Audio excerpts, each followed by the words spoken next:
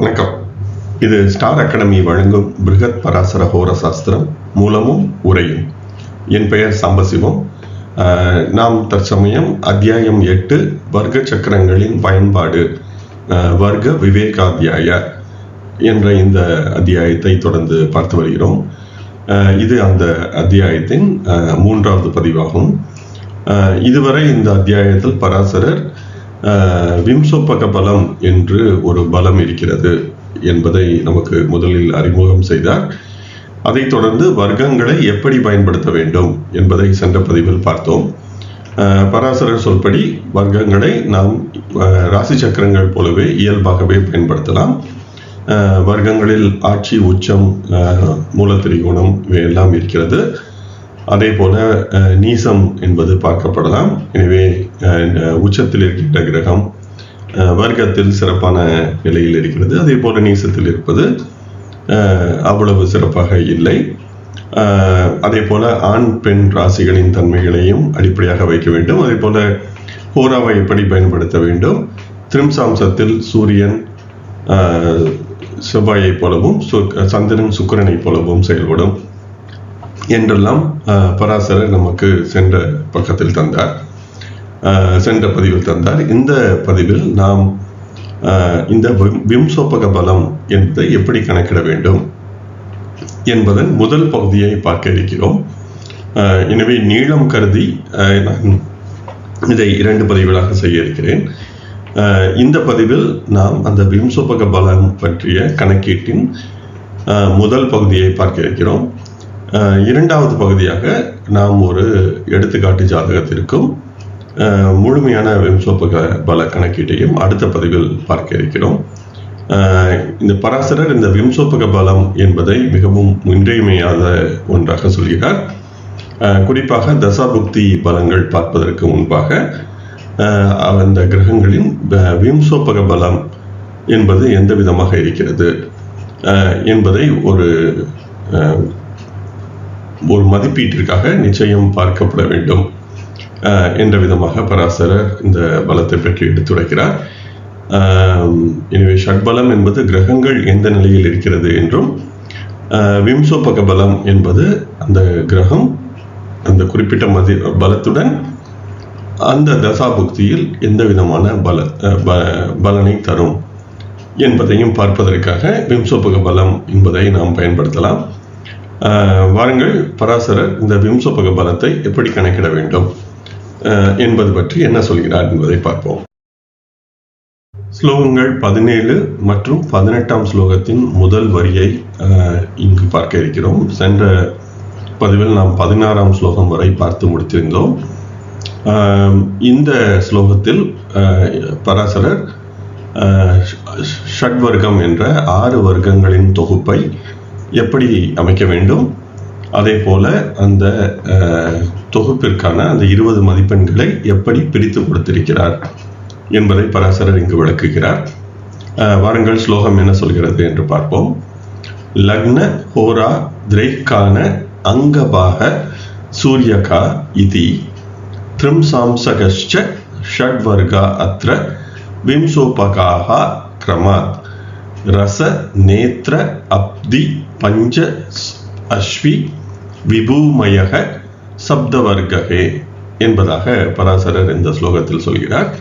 இதில் இந்த சப்தவர்கே என்ற இந்த சொல் அடுத்த பக்கத்திற்கான விளக்கத்தை தருகிறது. எனவே இந்த இடத்தில் நாம் அந்த சப்தவர்கே என்பதை விட்டுவிட்டு மற்ற சொற்களுக்கான பொருளை பார்ப்போம். லக்ன ஹோரா, லக்ன என்ற அந்த சொல் ராசி சக்கரத்தை குறிக்கிறது. எனவே பராசரர் இந்த ராசி சக்கரத்தை பல்வேறு பெயர்களால் எடுத்துரைக்கிறார். ஒரு பெயர் என்பது லக்ன என்பதாக இருக்கிறது. எனவே இது லக்ன என்பது நாம் பொதுவாக பயன்படுத்துகின்ற லக்னத்தை சொல்லவில்லை, ராசி சக்கரத்தை சொல்கிறது. எனவே லக்ன ஹோரா என்றால் ராசி சக்கரம், அதே போல ஹோரா சக்கரம், திரேகான சக்கரம், அங்கபாக என்பதாக எழுதியிருக்கிறது. இந்த அங்கபாக என்ற அந்த சொல்லுக்கான பொருள் நவாம்சம் என்பதாகும். எனவே நவாம்சத்திற்கு ஒரு பெயர் அங்கபாக என்பதாகவும் சொல்லப்பட்டுள்ளது. இது வராகமிகரர் போன்றவர்களும் பயன்படுத்தி இருக்கிறார்கள் இந்த சொல்லை. எனவே அங்க பாக என்ற சொல் நவாம்சத்தை குறிக்கிறது. சூரியகா இதி, சூரிய என்பது அந்த பூத்த சம்கிய என்ற இயற்கை கணித முறையில் துவாதச ஆதித்யர்களை குறித்து 12, எனவே அது துவதசாம்சத்தை குறிக்கிறது. இதி என்பது போன்றவையும், த்ரிம்சாம்சகச்ச த்ரிம்சாம்சமும் சேர்ந்து, ஷட்வர்கா அத்ர ஷட்வர்க்கத்தில், எனவே ஷட்வர்க்கத்தில் ராசி ஹோரா திரேகானம் நவாம்சம் துவதசாம்சம் த்ரிம்சாம்சம் என்ற 6 வர்க்கங்கள் சேர்ந்து ஷட்வர்க்கமாகிறது. அந்த ஷட்வர்க்கத்தில் விம்சோபகாஹா, விம்சோபக பலத்தை எப்படி கணக்கிடலாம் என்றால், கிரமாத் வரிசையாக மீண்டும் அந்த பூத்த சம்கிய என்ற முறையை பராசரர் பயன்படுத்துகிறார். ரச நேத்ர, ரச என்றால் சுவை என்று நாம் பலமுறை இந்த பிருகத் பராசர ஹோர சாஸ்திரத்தில் பார்த்தோம். எனவே 6 சுவைகள் இருக்கின்றன என்று நமக்கு தெரியும். எனவே அந்த ரச என்ற சொல் 6 என்பதை குறிக்கிறது. எண் 6, ரச என்ற சொல் அறுசுவை என்ற விதமாக 6 என்பதை குறிக்கிறது. நேத்ர என்பது கண்களை குறிக்கிறது. எனவே 2 கண்கள், எனவே 2. அப்தி என்ற சொல் 4 என்பதை குறிக்கிறது. பஞ்ச என்பது நேரடியாக 5. அஸ்வி என்பது அஸ்வின் தேவதைகள், அஸ்வினி தேவதைகள் என்ற விதமாக 2 தேவதைகள் உண்டு. எனவே அது 2 என்பதை குறிக்கிறது. பூ என்ற அந்த சொல் பூமியை குறிக்கிறது. எனவே பூமி என்பது உலகத்தில் ஒன்றே ஒன்று நம்மை பொறுத்தவரையில் என்ற விதமாக பூ என்ற சொல் ஒன்றை குறிக்கிறது இந்த இயற்கை கணித முறையில். மயக என்ற சொல்லுக்கு நாம் இப்பொழுது ஒரே கவலைமயமாக இருக்கிறது, சந்தோஷமயமாக இருக்கிறது என்ற விதமாக நாம் இந்த மய என்ற இந்த சொல்லை பயன்படுத்துகிறோம். இந்த மய என்ற இந்த சொல் இதையெல்லாம் சேர்த்து என்ற பொருளாக அந்த மய என்ற சொல்லின் பொருள் வருகிறது. எனவே இந்த 6 வர்க்கங்களின் இந்த 20 மதிப்பை எப்படி பிரித்து கொடுத்திருக்கிறார் என்றால் 6, 2, 4, 5, 2, 1 என்ற விதமாக பிரித்து தரப்பட்டிருக்கிறது என்ற விதமாக பராசரர் இந்த இடத்தில் சொல்கிறார். இதில் அந்த சப்த வர்க்ககே என்ற இந்த சொல் அடுத்த ஸ்லோகத்திற்கான முதல் சொல்லாக இருக்கிறது. எனவே அடுத்த பக்கத்தில் பராசரர் சப்த வர்க்கம் பற்றி பேசுகிறார். எனவே இந்த சொல்லானது அடுத்த ஸ்லோகத்திற்கான துவக்க சொல்லாக இருக்கிறது. எனவே இந்த ஷட்வர்க்கம் என்பது இந்த 20 மதிப்பெண்களை பராசரர் இந்த விதமாக பிரித்து தந்திருக்கிறார்.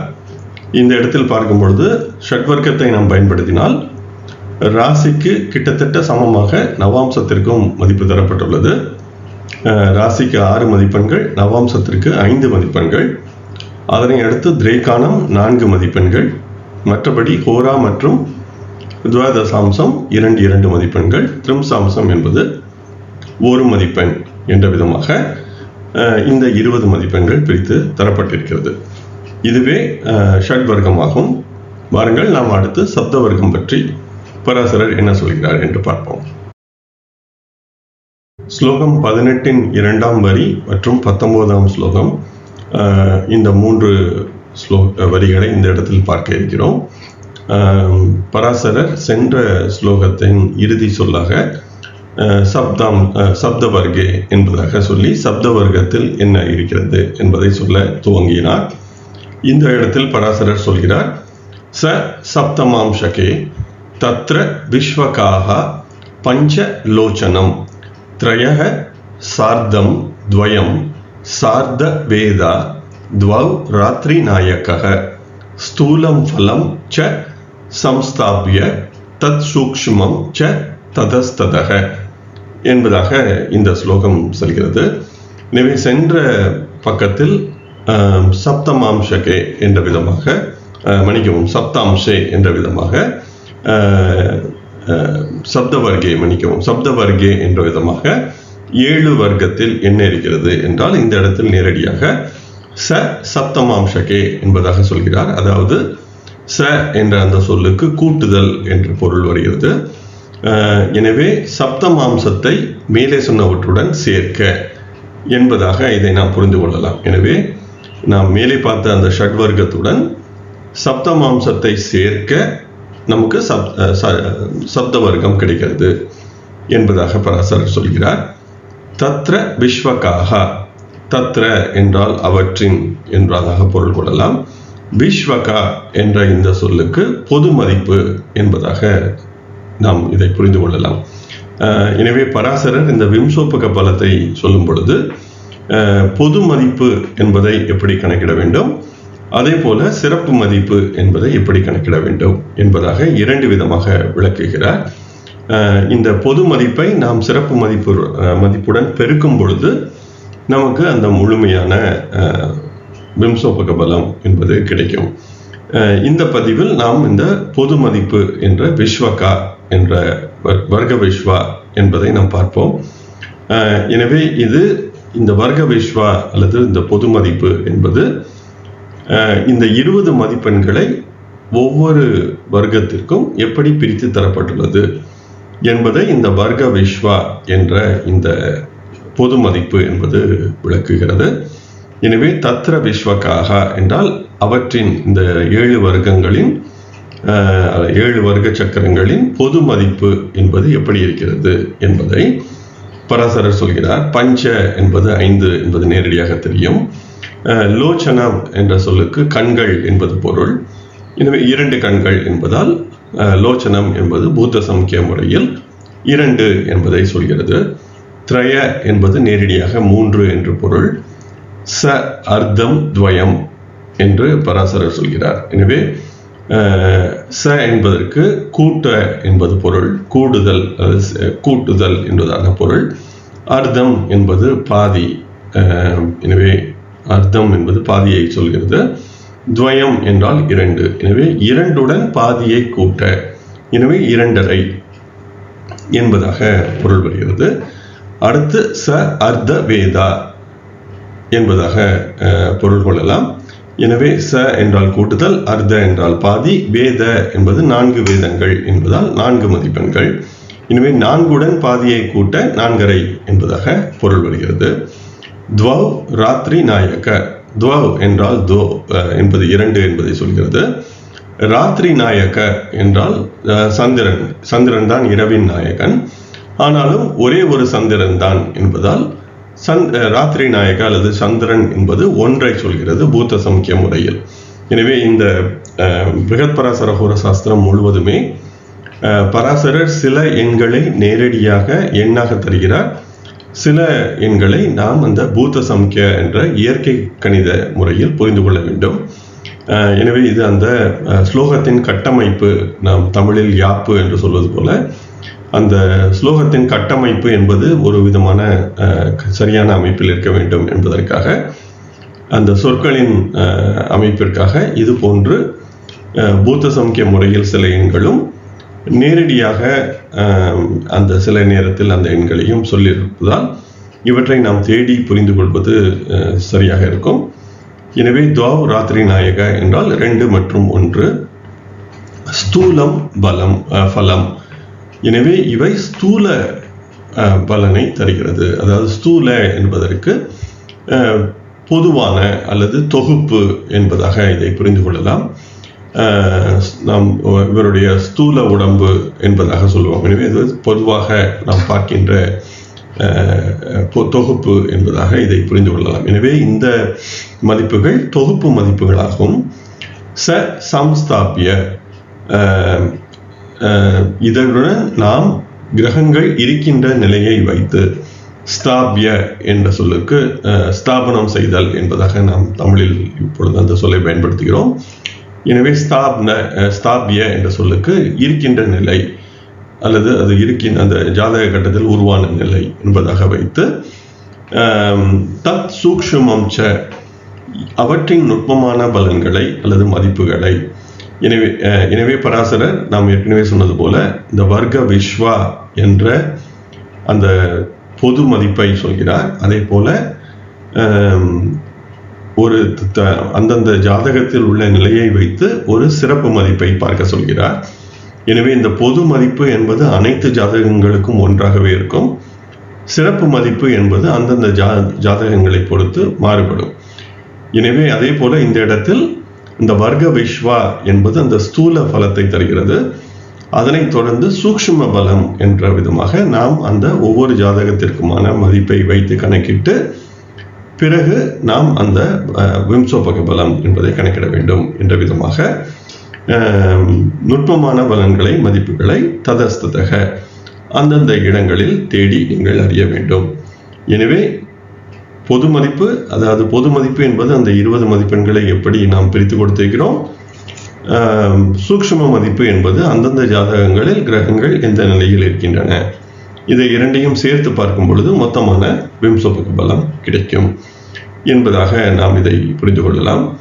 எனவே இந்த 6 ஷட்வர்க்கத்துடன் நாம் கூடுதலாக சப்தாம்சத்தை சேர்க்க நமக்கு சப்த வர்க்கம் என்பது கிடைக்கிறது. அதே போல ஒவ்வொரு வர்க்கத்திற்கும் என்ன விதமாக அந்த 20 மதிப்பெண்களை பிரித்து தந்திருக்கிறார் என்பதையும் இந்த இடத்தில் விளக்குகிறார். இந்த பக்கத்தில் பார்க்கும் பொழுது ராசிக்கு 5 மதிப்பெண்களும் துவதசாம்சத்திற்கு 4.5 மதிப்பெண்களும் பராசரர் தருகிறார். எனவே சென்ற பக்கத்தில் துவாதசாம்சத்திற்கு 2 மதிப்பெண்கள் கிடைத்தன 20க்கு. ஆனால் இங்கு துவதசாம்சத்திற்கு 4.5 மதிப்பெண்கள் கிடைத்திருக்கிறது. ஆனால் சென்ற பக்கத்தில் நவாம்சத்திற்கு 5 மதிப்பெண்கள் கிடைத்தன. ஆனால் இங்கு பராசரர் நவாம்சத்திற்கு மதிப்பெண்களை குறைத்து 2.5 மதிப்பெண்கள் என்பதாக செய்திருக்கிறார். எனவே இதை பற்றி ஏன் இந்த மாதிரி வெவ்வேறு விதமாக பராசரர் பிரித்து தருகிறார் என்பதை பிறகு பார்ப்போம். ஆனால் இந்த இடத்தில் கவனிக்க வேண்டியது சப்த வர்க்கம் என்பது துவதசாம்சத்திற்கு மிகுந்த முக்கியத்துவம் தருகிறது. சென்ற ஷட்வர்க்கத்தில் ராசிக்கு 6, நவாம்சத்திற்கு 5 என்று நவாம்சத்தை ராசிக்கு மிக அருகாக எடுத்து சென்றவர் இந்த சப்த வர்க்கத்தில் துவதசாம்சத்தை ராசிக்கு மிக அருகாக எடுத்து செல்கிறார். துவதசாம்சத்திற்கு ராசியை ஒட்டிய 4.5 மதிப்பெண்கள் என்ற விதமாக பராசரர் இந்த இடத்தில் தருகிறார். ஸ்லோகம் 20 மற்றும் ஸ்லோகம் 21 முதல் வரி இவற்றை சேர்த்து பராசரர் தசவர்கா என்பதை பற்றி பேசுகிறார். தசவர்க்கம் என்பதை பற்றி பேசுகிறார். தசவர்கா திக் அம்சாத்யாக கலாம்ஷாக ஷஷ்டி பாகாக த்ரயம் க்ஷேத்ரஸ்ய விஞ்ஞேயாக பஞ்ச ஷஷ்டியம்சகஸ்ச ச ச அர்த்த ஏகபாகாக சேஷானாம் விஸ்வகாக பரிகீர்த்திதா என்பதாக இந்த ஸ்லோகம் சொல்கிறது. இதில் உள்ள அந்த சொற்களை நாம் பிரித்து பார்க்கும் பொழுது தசவர்கா என்றால் தசவர்க்கம் அல்லது 10 வர்க்கங்கள் என்பதாக பொருள் கொள்ளலாம். தச என்ற சொல் 10 என்பதை குறிக்கிறது. அடுத்ததாக திக் அம்ச ஆத்திய, திக் என்பது 10 என்பதை சொல்கிறது மீண்டும். ஏனெனில் 10 திசைகள் மேல் வானம் மற்றும் பூமி இரண்டையும் சேர்த்து கால் அல்லது காலுக்கு கீழாக மேலாக உள்ள திசைகளையும் சேர்த்து மொத்தம் 10 திசைகள். இதுவே இந்த திக் பாலகர்கள் என்பதை பற்றி பேசும்பொழுது பார்த்திருந்தோம். எனவே திக் அம்ச என்பதும் தசாம்சத்தையே குறிக்கிறது. ஆத்யாக என்பதை தசாம்சத்துடன் என்பதாக புரிந்து கொள்ளலாம். கலாம்சாக ஷஷ்டி பாகாக, கலாம்ச என்ற சொல் சோடசாம்சத்தை குறிக்கிறது. ஏனெனில் கல என்ற அந்த சொல் சந்திரனின் 16 கலைகள் என்பதை சொல்வதால் அந்த இயற்கை கணித முறையில் கலா என்பது 16 என்பதை குறிக்கிறது. அமாவாசை மற்றும் பௌர்ணமியுடன் சேர்ந்த 15 கலைகள் என்ற விதமாக மொத்தம் 16 விதமான ஒளி அமைப்புகள் சந்திரனுக்கு இருக்கின்றன, 16 விதமான கலைகள் இருக்கின்றன என்ற விதமாக இந்த கலா என்ற சொல் 16 என்பதை குறிக்கிறது. எனவே அது சோடசாம்சத்தை குறிக்கிறது. அடுத்து ஷஷ்டி அம்சக, ஷஷ்டி பாககா, எனவே அது ஷஷ்டி அம்சத்தை குறிக்கிறது. எனவே இந்த மூன்றையும் சேர்க்க தசாம்சம், கலாம்சம் என்ற சோடசாம்சம், ஷஷ்டி அம்சம் என்ற மூன்றையும் சேர்க்க நமக்கு தசவர்க்கம் கிடைக்கிறது. அடுத்ததாக அவற்றுக்கான எண்களை, அதாவது இந்த வர்க்க விஸ்வா என்ற பொது மதிப்புகளை பராசரர் சொல்கிறார். த்ரயம் க்ஷேத்ர அஸ்ய, க்ஷேத்ர என்ற சொல்லுக்கு ராசி சக்கரம் என்பது பொருள். எனவே ராசி சக்கரத்தை வென்ற ஸ்லோகத்தில் லக்ன என்று சொன்னார். இந்த இடத்தில் க்ஷேத்ர என்பதாகவும் அந்த ராசி சக்கரத்திற்கான பெயரை சொல்கிறார். எனவே பராசரர் பல்வேறு விதமாக ராசி சக்கரத்தை வெவ்வேறு சொற்களில் சொல்கிறார். எனவே க்ஷேத்ர என்பதும் ராசி சக்கரத்தையே குறிக்கிறது.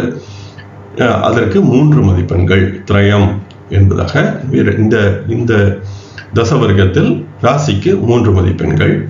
விஞ்ஞேயாக என்று நீங்கள் தெரிந்து கொள்ள வேண்டும். பஞ்ச என்றால் 5, ஷஷ்டியம்சக அஷ்ட, ஷஷ்டி அம்சத்திற்கு 5 மதிப்பெண்கள்.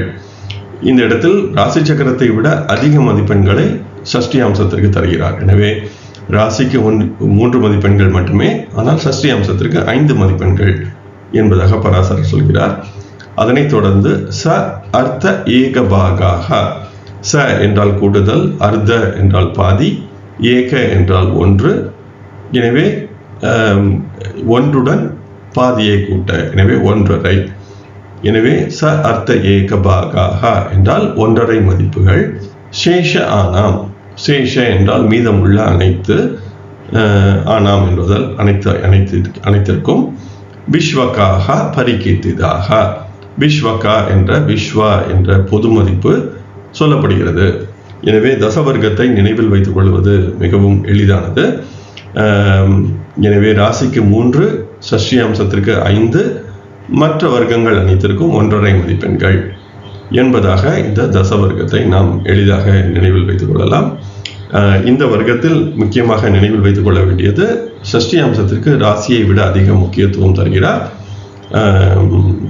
ராசியை விட மிக அதிக முக்கியத்துவம் தந்து ராசிக்கு 3 மதிப்பெண்கள், ஷஷ்டி அம்சத்திற்கு 5 மதிப்பெண்கள் என்பதாக இந்த தசவர்க்கம் பற்றிய விளக்கம் இருக்கிறது. எனவே இங்கிருந்து பராசரர் இதே போல அடுத்ததாக நாம் சோடசாம்சம் என்பது சோடச வர்க்கம் என்பதை பார்க்கும் பொழுதும் நமக்கு இந்த ஷஷ்டி அம்சத்தின் முக்கியத்துவம் என்பது தெரிய வரும். வாருங்கள் தொடர்ந்து பார்ப்போம். சோடச வர்க்கம் என்ற 16 வர்க்கங்களின் தொகுப்பு பற்றி பராசரர் 6 வரிகளில் விளக்குகிறார். எனவே இந்த இடத்தில் 21ஆம் ஸ்லோகத்தின் 2ஆம் வரியும் 22ஆம் ஸ்லோகம் முழுவதுமாக சேர்த்து முதலில் நாம் பார்ப்போம். பராசரர் சொல்வது, அத வக்ஷே விசேஷேன பலம் விம்சோபக ஆஹ்வயம் கிரமாத் சோடச வர்கானாம் க்ஷேத்ர ஆதீனாம் பிருதக் பிருதக் ஹோரா த்ரிம்ஷாம்ஷ திருக்கானி கு சந்திர சாஷீனக கிரமாத் என்பதாக இந்த ஸ்லோகம் சொல்கிறது. இவற்றை நாம் பிரித்து பார்க்கும் பொழுது, அத வக்ஷே இப்பொழுது நான் சொல்கிறேன். அத என்றால் இப்பொழுது என்பதாக சொல்லலாம். வக்ஷ என்ற அந்த சொல்லுக்கு சொல்லுதல், விளக்குதல் என்பதாக புரிந்து கொள்ளலாம். விசேஷேன பலம். எனவே இந்த இடத்தில் மற்ற 3 வர்க்கங்களுக்கு ஷட்வர்க்கம், சப்தவர்க்கம், தசவர்க்கம் பற்றி பராசரர் சொல்லும் பொழுது இந்த விசேஷேன பலம், சிறப்பான பலம் என்ற சொல்லை பயன்படுத்தவில்லை. ஆனால் இந்த சோடச வர்க்கம் என்பதை பற்றி பேசும் பொழுது பராசரர் இதற்கு ஒரு சிறப்பு முக்கியத்துவம் தந்து விசேஷேன பலம், சிறப்பான பலன் என்பதாக சொல்கிறார். எனவே இதையும் பெரும்பாலான மொழிபெயர்ப்பாளர்கள் இந்த விசேஷேன என்ற இந்த சொல்லை மொழிபெயர்க்கவில்லை. நான் பார்த்த வரைக்கும் அதை அப்படியே கடந்து சென்று மற்ற வர்க்கங்களுக்கு ஷட்வர்க்கம், சப்தவர்க்கம், தசவர்க்கத்திற்கு எப்படி விளக்கங்கள் எழுதியிருக்கிறார்களோ அதே போலவே இந்த சோடச வர்க்கம் என்பதற்கும் விளக்கங்கள் எழுதி சென்றிருக்கிறார்கள். ஆனால் பராசரர் இந்த சோடச வர்க்கத்திற்கு ஒரு முக்கியத்துவம் தந்து இதற்கு ஒரு சிறப்பு முக்கியத்துவம் இருக்கிறது என்ற விதமாக இந்த விசேஷேன என்ற இந்த சொல்லை இந்த வர்க்கத்திற்கு மட்டுமே பராசரர் பயன்படுத்தி இருக்கிறார். எனவே இதற்கு ஒரு சிறப்பான ஒரு முக்கியத்துவம் இருக்கிறது. எனவே விசேஷேன பலம், சிறப்பான பலம் என்று கருதப்படும் விம்சோபக ஆஹ்வயம், விம்சோபகம் என்று அழைக்கப்படுகின்ற கிரமாத் வரிசையாக.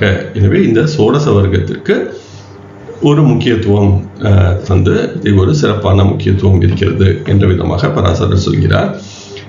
சோடச வர்க்க ஆனாம், இந்த 16 வர்க்கங்களையும் ஒன்று சேர்த்த விம்சோபகம் என்ற இந்த சிறப்பான பலத்தை இப்பொழுது நான் சொல்கிறேன். என்பதாக இதை புரிந்து கொள்ளலாம். க்ஷேத்திர ஆதீனாம், ராசி க்ஷேத்திரம் என்பது ராசி சக்கரம். எனவே க்ஷேத்திரம் முதலான ராசி முதலான பிருத்தக் பிருத்தக் தனித்தனியாக ஒவ்வொன்றாக என்பதாக இந்த பிருத்தக் பிருத்தக் என்பதை நாம் புரிந்து கொள்ளலாம்.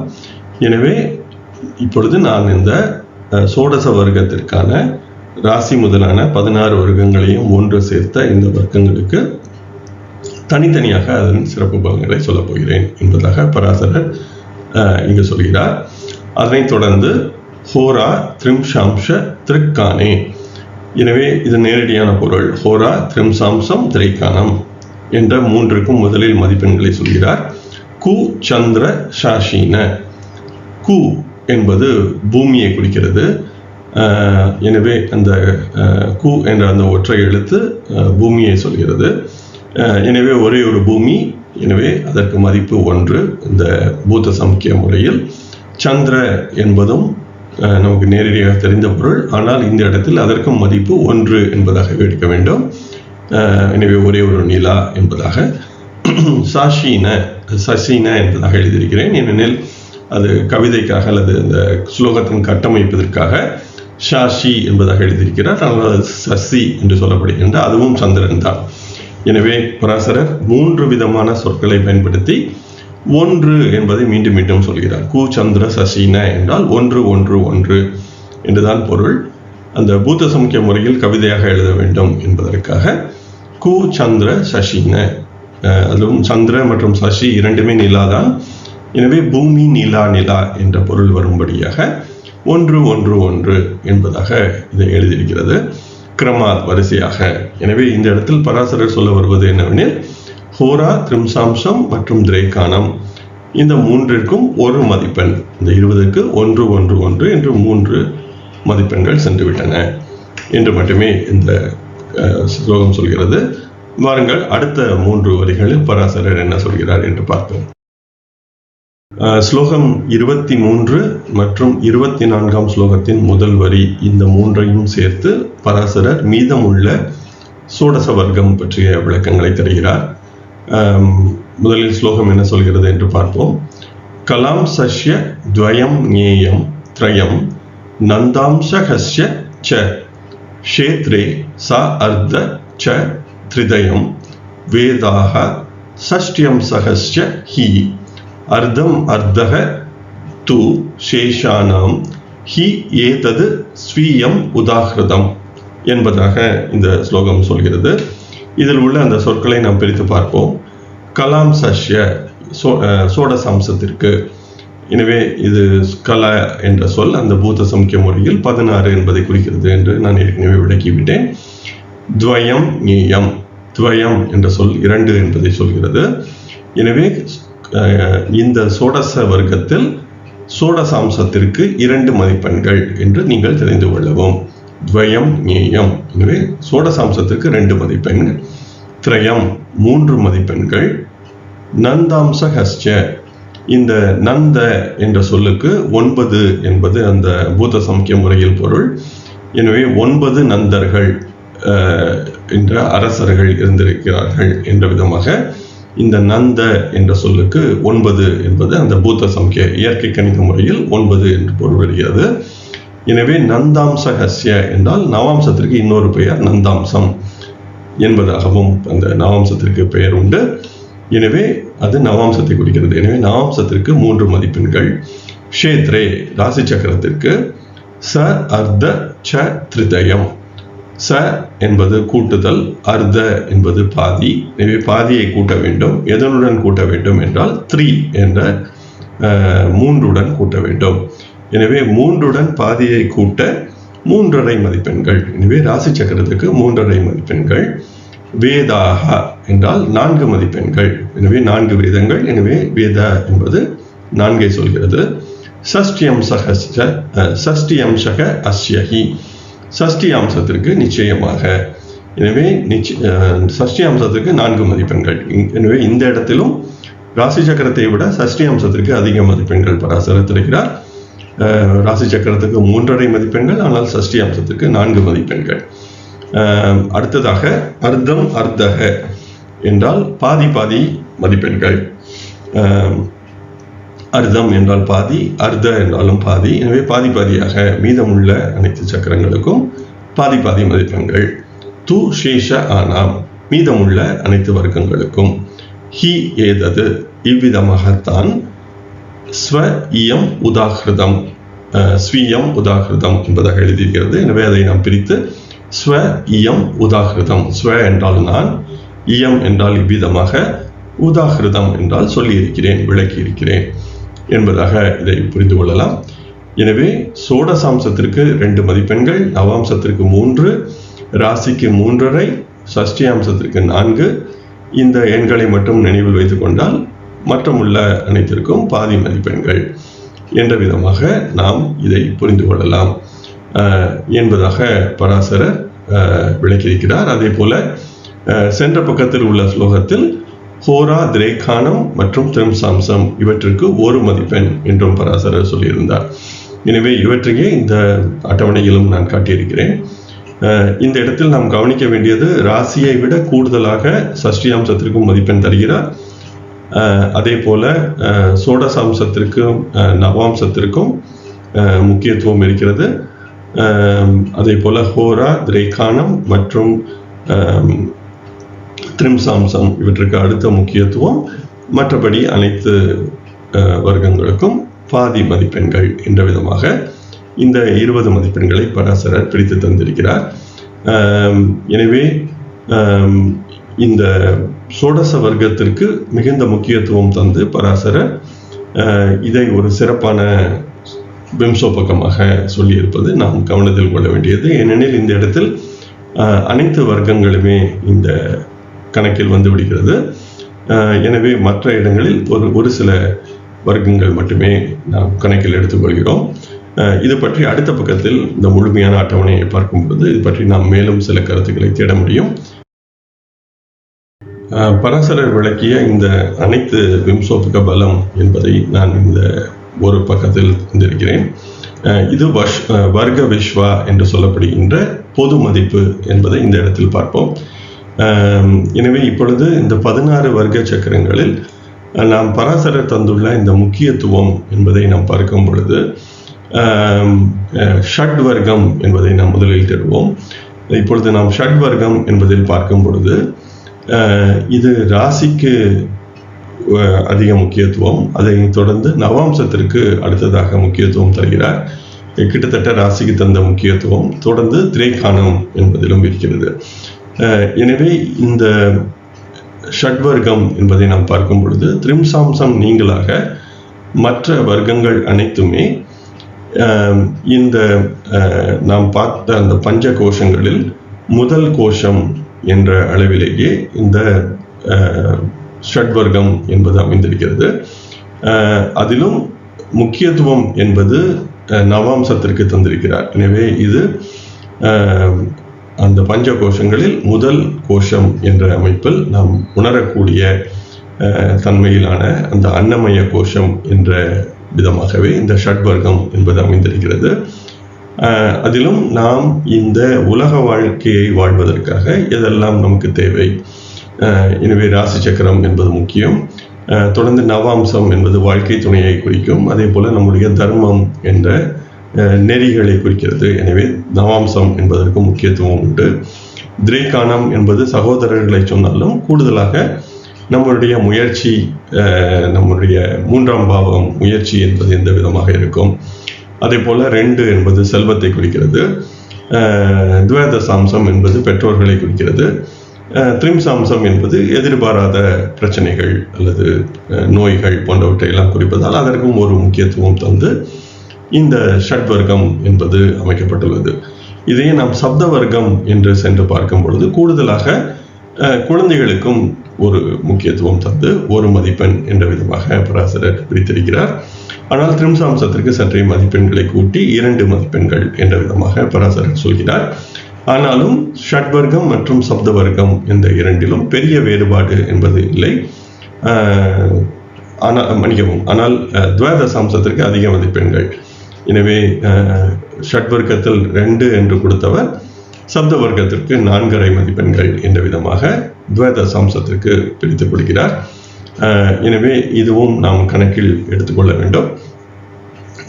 ஆனால் இந்த அன்னமய கோஷம் என்பதிலே இந்த சப்த வர்க்கம் என்பதும் அமைந்திருக்கிறது.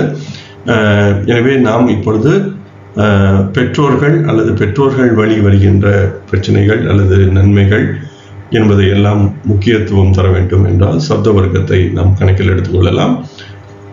இல்லையெனில் நாம் இப்பொழுது மனைவி அல்லது நெறி போன்றவற்றை எல்லாம் பற்றி பார்க்க வேண்டும் என்றால் ஷட் வர்க்கத்தை கணக்கில் எடுத்துக்கொள்ளலாம். எனவே இப்பொழுது ஜெகநாத ஹோரா போன்ற மென்பொருட்கள் இந்த அனைத்து வர்க்கங்களையுமே தருகின்றன.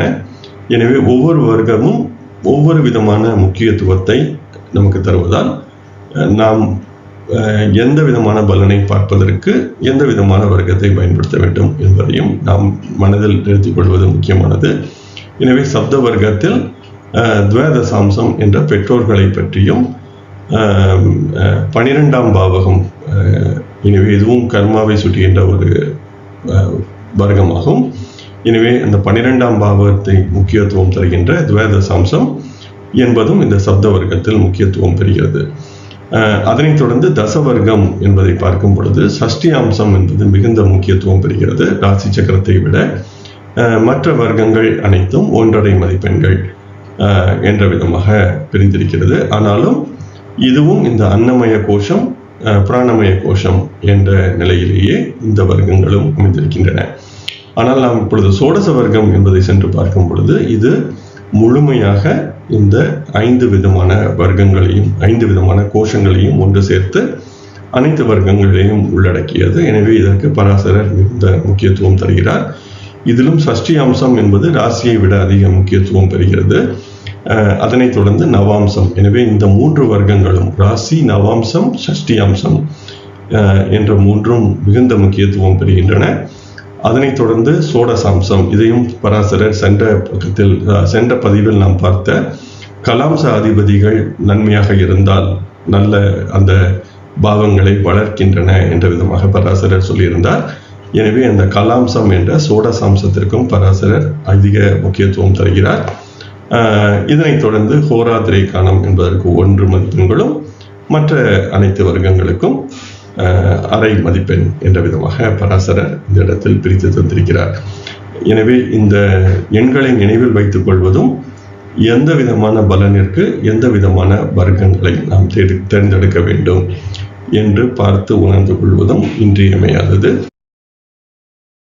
எனவே இந்த பதிவில் பராசரர் நமக்கு இந்த வர்க்க விஸ்வா என்ற வர்க்கங்களுக்கான பொது மதிப்புகள் என்ன, இந்த ஷட்வர்க்கம், சப்தவர்க்கம், தசவர்க்கம், சோடச வர்க்கம் என்பதற்கான பொது மதிப்புகள் என்ன, வர்க்க விஸ்வா என்பவை யாவை என்பதை பராசரர் விளக்கியிருக்கிறார்.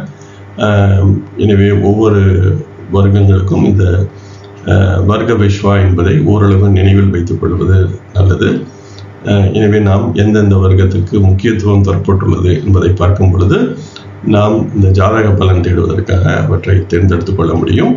இதனை அடுத்து வருகின்ற அடுத்த பதிவில் பராசரர் இந்த சிறப்பு மதிப்புகள் எவ்விதம் கணக்கிடப்பட வேண்டும் என்பதை விளக்கிவிட்டு அடுத்ததாக இந்த விம்சோபக பலம் என்பது எப்படி பார்க்கப்பட வேண்டும் என்பதையும் சொல்லப் போகிறார்.